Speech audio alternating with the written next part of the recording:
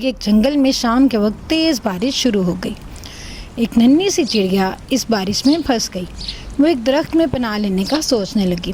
ابھی وہ ایک درخت کی کھو میں چھپنے ہی والی تھی کہ اسے ایک بہت بڑا عقاب اپنی طرف آتے ہوئے دکھائی دیا۔ وہ عقاب اس کو اپنا شکار بنانے کے لیے دیکھ رہا تھا۔ چڑیا بہت پریشان ہوئی۔ اسے لگا کہ وہ کبھی بھی اس عقاب سے نہیں بچ سکتی۔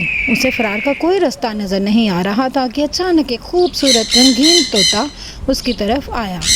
وہ طوطا اصل میں دور سے ہی اس عقاب اور چڑیا کو دیکھ رہا تھا اور وہ اس چڑیا کو بچانا چاہتا تھا۔ اس لیے اس نے یہ چال چلی اور وہ دائیں بائیں اڑنے لگا تاکہ عقاب اس کی طرف مائل ہو جائے، اور ایسا ہی ہوا۔ عقاب اس چڑیا کو بھول کر اس طوطے کے رنگین پروں کے لیے بہت زیادہ مسحور ہو گیا۔ وہ اس کے پیچھے پیچھے اڑنے لگا۔ اب طوطا کبھی دائیں اڑتا اور کبھی بائیں اڑتا، اور وہ عقاب اس کے پیچھے پیچھے اڑنے لگا تاکہ اس کو پکڑ کے اپنا شکار کر سکے۔ وہ طوطا درختوں کی کھو کی طرف جانے لگا۔ طوطا بہت عقل مند تھا۔ وہ جانتا تھا کہ وہ عقاب کو کیسے پھنسا سکتا ہے۔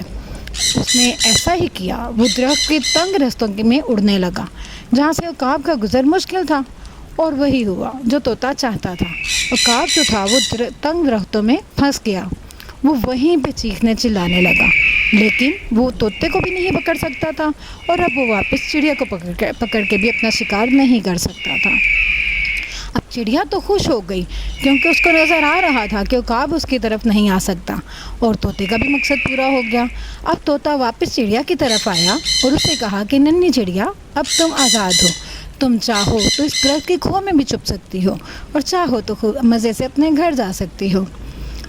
چڑیا نے طوطے کا بہت شکریہ ادا کیا۔